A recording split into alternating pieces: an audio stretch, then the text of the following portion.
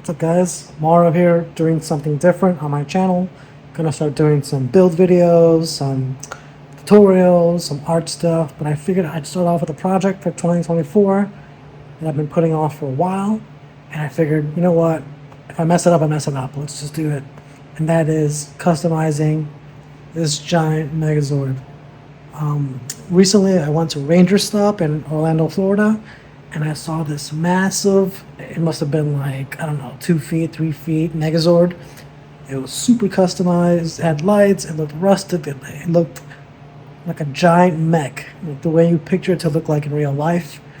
And it was $2,000, and I'm not gonna spend $2,000 on that. It's huge, it doesn't move, it doesn't articulate, it just sits there. It's cool, if that's your thing, but I figured this thing was like 20 bucks.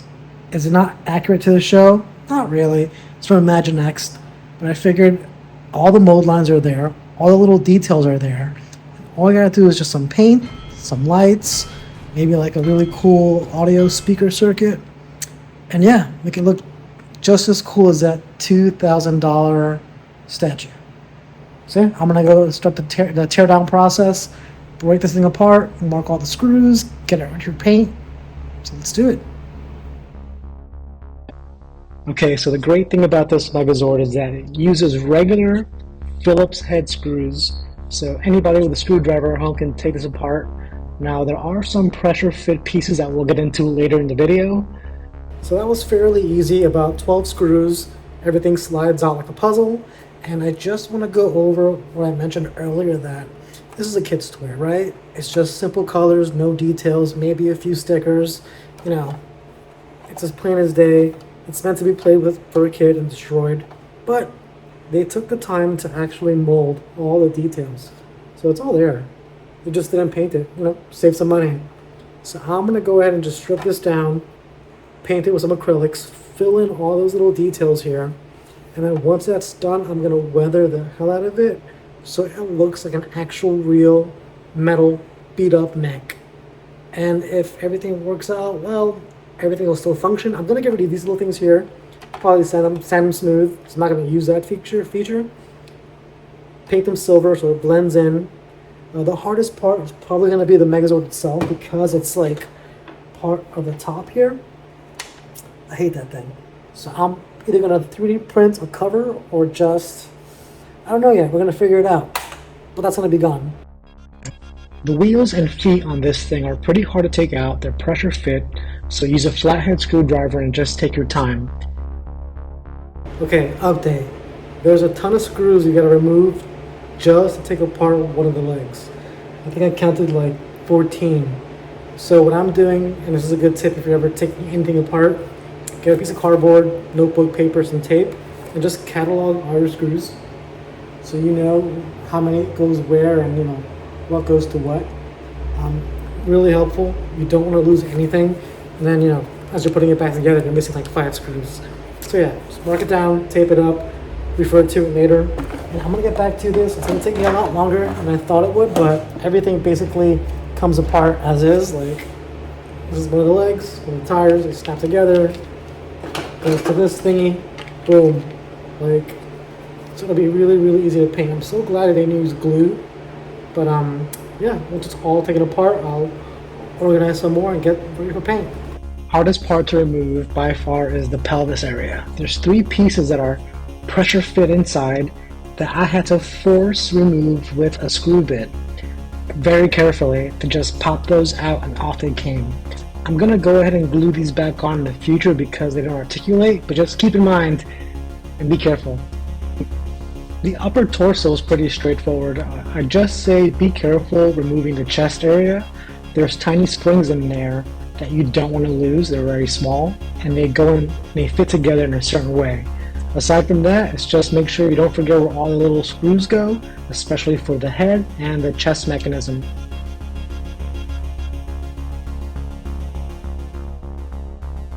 Alright guys, I'm done assembling the Megazord.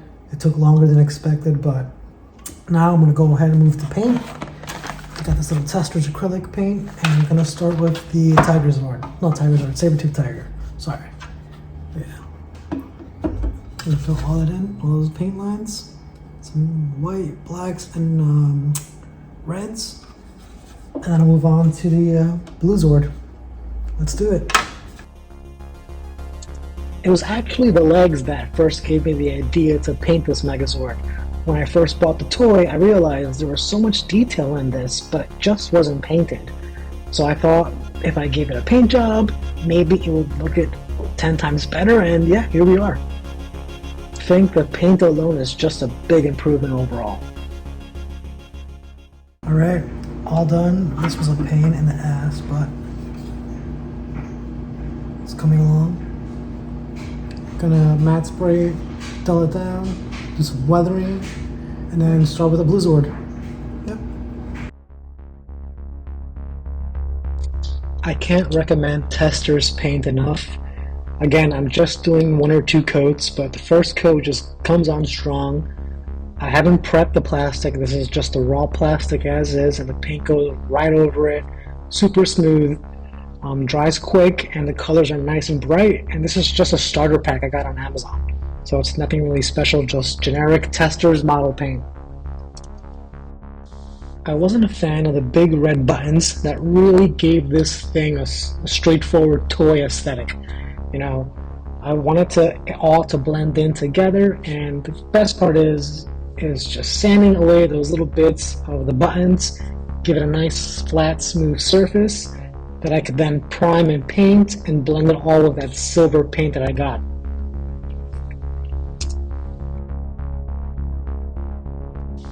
The rest of this project really focused on getting all those fine details where the paint was missing on the original toy. I've never painted anything like this before, so I just made sure to take my time and really go over all those fine details and just making sure that when I put things back together, everything worked. So the issue with the toy for me was the missing chest area was a clear gap. There was no cover for what would be normally the glass or cage where the Rangers are in. I didn't want to see through that, so I thought of different ways of trying to fix that, and luckily when you remove that gray trim around the chest, there's a nice gap in between for a sheet of paper or a film, or in my case, a two-way mirror film sheet I used, which worked out to be really cool because I didn't have to fabricate or 3D print anything. I could use just an existing two-way vinyl sheet and pressure fit it back into place. Perfect. My one real concern going into this project was just how was I going to get rid of that ugly button on the top shoulder of the Megazord. That was just a dead giveaway, an eyesore, and immediately took you out of any sort of realism when I was going to paint it. So yeah, I wasn't too sure. I could remove the entire button, sand down that area with a nice smooth grit, and once I had that, luckily I found a really color matching vinyl to use for that. So at that point it was just creating a template, making sure it fit perfectly. Took me a few tries. I went through I think 3 templates, but I finally got it on there. It was nice and smooth, and when everything dried, you could not tell there was an existing hole there. So that was a huge win, and really just made this thing, in my opinion, 10 times better. After some fitment issues, I made sure to trim all the lines where the parts moved to make sure everything moved smoothly. And then it's just a matter of putting everything back together, making sure all the little intricate springs and screws were in their place, and that really gave me, as you can see here in this clip, a better look at what I was working with once everything was dry and put together. It really looked different, so I was really excited to get to painting after this step. But yeah, a huge improvement, really happy with the way it looked. I noticed the toy that I was using as a reference had red lights or red coloring in the eyes for the Sabertooth and Triceratops. So I got some film camera gels that you use to filter light with, just to give it that little bit of extra detail that I would put into each of the eyes, so in case I wanted in the future to light them up, it'd have that nice red glowing effect. Just something fun that you'd notice really up close. Alright guys, the Megazord is done. He's fully painted, and I'm at a stage now where I kind of want to leave him as is, just because he looks way better than the original Imaginext toy. But I kind of want to take it to the extra level and hit him with some weathering, some slight rust effects. And then once that's done, I just finished customizing a special MP3 module that'll make him even cooler with some sound effects. And I think I'm gonna 3D print the sword. I'm not sure yet. If I have time for that, I will. But yeah, let's get into it. I'm gonna go ahead and start using just basic shoe polish, watered down with some water, wipe it on, a few seconds, wipe it off, and get all that crisp detail that's already in there. I mean, you can't see it now with the highlights, but yeah, it's all in there, dude. So some black shoe polish, you know, nice weathering, give it that vintage look, and then hit it with some sharp silver Sharpie, some like, you know, metal edges, and yeah, it'll be done. So let's get to it. Let's get weathering. Weathering is definitely where I had the most fun on this project, just because it helps to cover up any tiny little mistakes you may have made in the painting process, but just generally it makes everything give it that bit of extra realism, because everyday objects are weathered, right? Something's beat up with age, something gets dirty, something gets scratched up, and it's all those little fine details that make it believable to the eye, and that's what I saw as I was painting this. Now I'm using shoe polish, some watered down acrylic paints, and something I've never used before but I am in love with, Rub and Buff. This is incredible.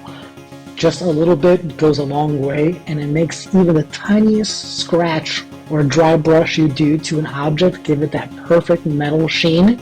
It's almost like there's an undercoat of just raw metal there, and this really started to take shape as I hit the shoulders, the arms, the little corners of the chest and the legs. Just made it look like this thing was just a big chunk of metal that's been scratched up and beaten over time, which again was the final nail in my design coffin, I guess, because it was just perfect, exactly what I had pictured in my mind. Can't recommend it enough.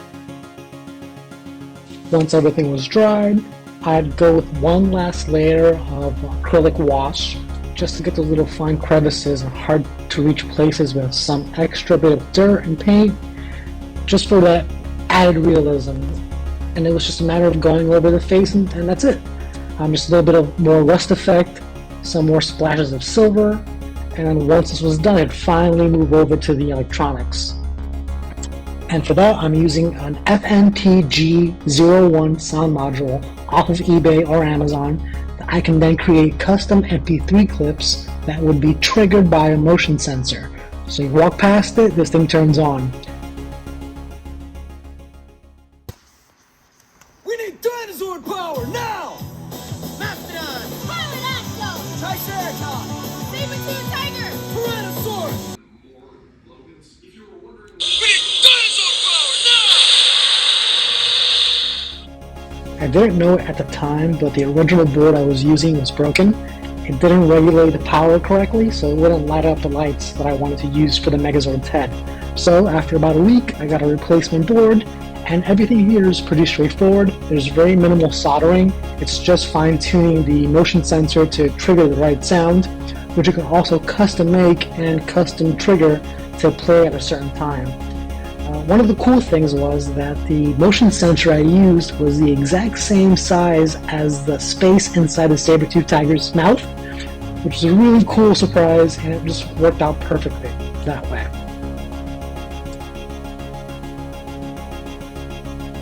After a short break, I was able to design a sword for the Megazord, and just adding that extra bit of detail that would have came with this if it was mass-produced, and I wanted to chrome plate it like those classic 90s toys with that shiny silvery plastic, and I think it just added that extra touch of realism and scale to this massive, massive toy. So I'm really happy with how it came out, and I think with that, let's do the full reveal. We need dinosaur power now! Let's do it! Boyga? Zach here. This is kicking. This is Billy. All systems go. Trini here, ready to rock. Hey, nice stereo. Megazord power on!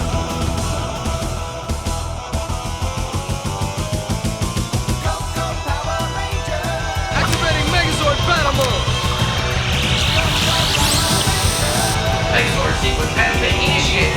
You wanna fight? You got it! Yeah!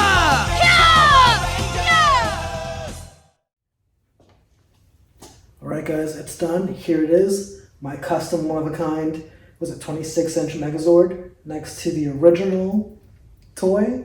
The side-by-side comparison, I'm really happy with it. I think it looks cool. Is it a $2,000 statue that's available on the market? No. But is it awesome on its own? Yes. I wish it would have came with a sword out of the box and also the Mastodon shield. It doesn't. I might print one, 3D print one in the future, but as is right now, I'm totally happy with it. Everything works just the way it does. Look at that custom speaker in there. So yeah, let me know what you think in the comments below, and I'll be selling kits of the sword if you want to make one. It's 14 inches. Look at that.